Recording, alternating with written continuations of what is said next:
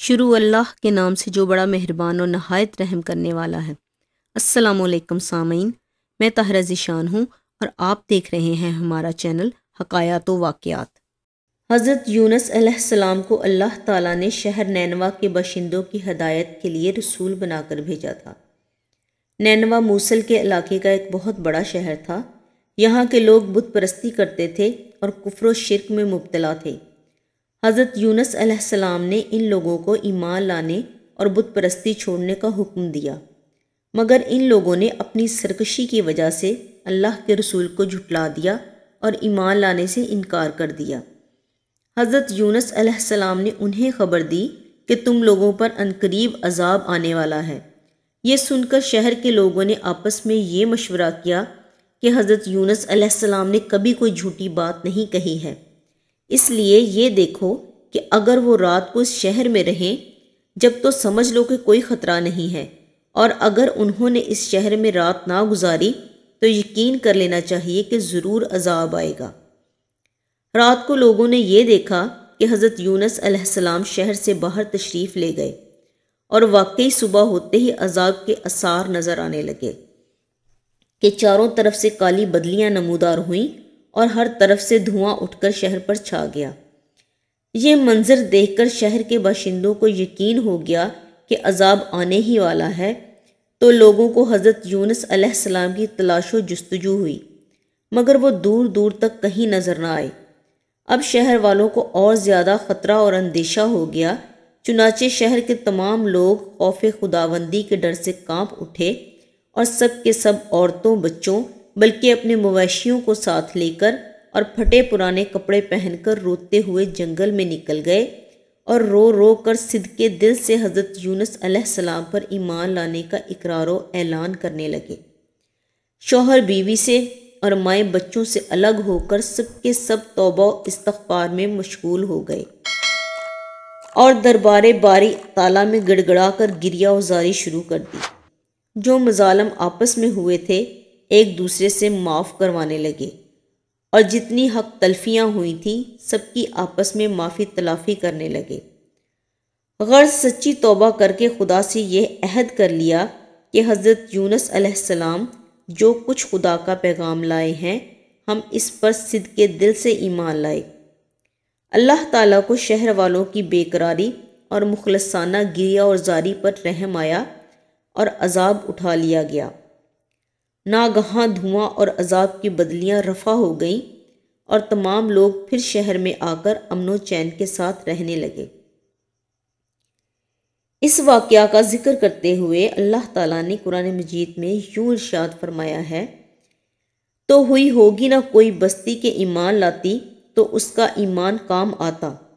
ہاں، یونس کی قوم جب وہ ایمان لائے تو ہم نے ان سے رسوائی کا عذاب دنیا کی زندگی میں ہٹا دیا اور ایک وقت تک انہیں فائدہ اٹھانے کا موقع دیا۔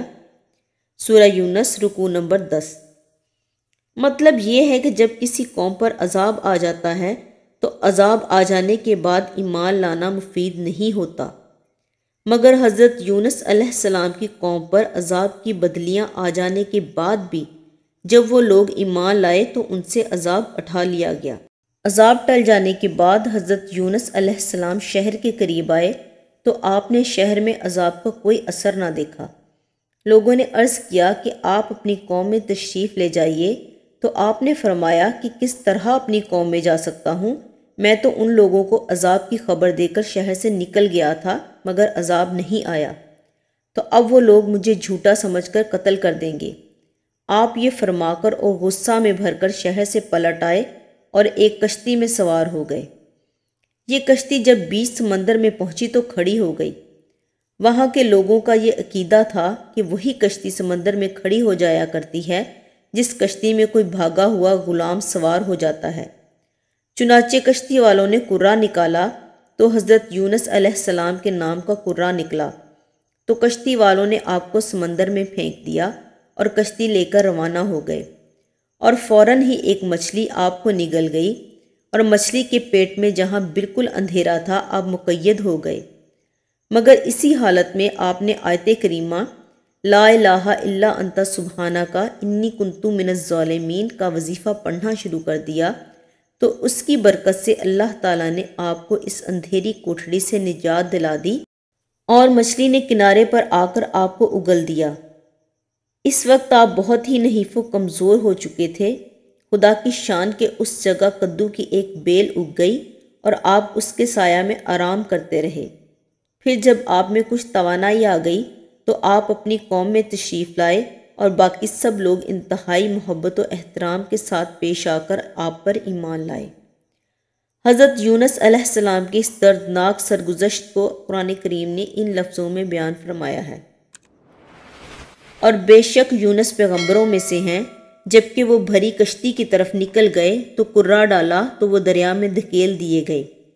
پھر انہیں مچھلی نے نگل لیا اور وہ اپنے آپ کو ملامت کرتے رہے۔ تو اگر وہ تسبیح کرنے والے نہ ہوتے تو ضرور اس کے پیٹ میں رہتے جس دن تک لوگ اٹھائے جائیں گے۔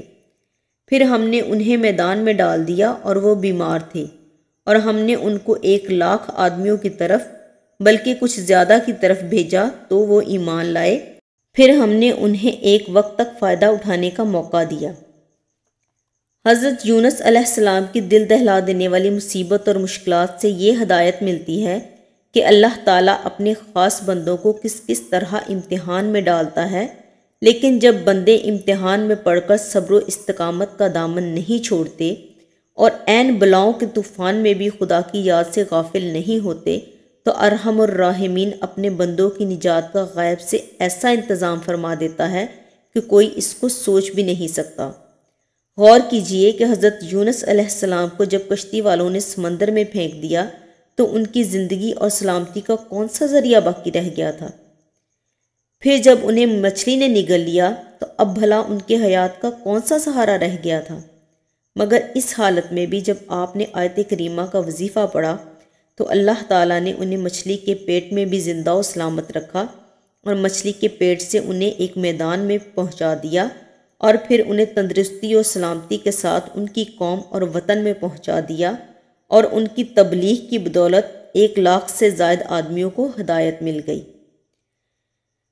آخر میں اللہ تعالیٰ سے دعا ہے کہ اللہ پاک ہمیں صراط مستقیم پر چلنے کی توفیق عطا فرمائے، آمین۔ ایسی مزید ویڈیوز دیکھنے کے لیے ہمارے چینل کو سبسکرائب کریں تاکہ ہماری نئی ویڈیوز کی نوٹیفیکیشن آپ کو بر وقت ملتے رہیں۔ ملتے ہیں پھر کسی نئی ویڈیو کے ساتھ، تب تک کے لیے اللہ نگہبان۔